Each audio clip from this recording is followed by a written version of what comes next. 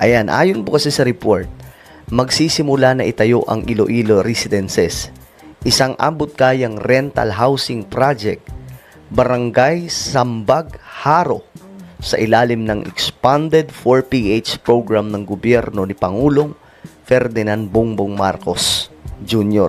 Okay, ang tawag na po niyan ngayon ay 4PH or expanded 4PH program. Ito ngayon mga sangkay, kasi marami po talagang hindi nakakaalam na may mga ganito palang klaseng pabahay ang pamahalaan. Itong pabahay ng ating pamahalaan ngayon, nagkalat po yan sa buong Pilipinas. At para po sa inyong kaalaman, hindi ko pa po nakita ang ganito karaming mga pabahay sa ating bansa. Talaga nga namang, sabi ko nga nakakagulat to kasi bakit ganun kadami pala itong mga pabahay na pinapatayo ngayon sa buong Pilipinas? Hindi naman po ito nagawa ng mga naunang presidente. Mga sangkay, hindi naman sa bias po tayo, but kahit mag-research kayo guys, nung time po ni PRRD, may mga pinapatayo din po ng mga pabahay, mga sangkay.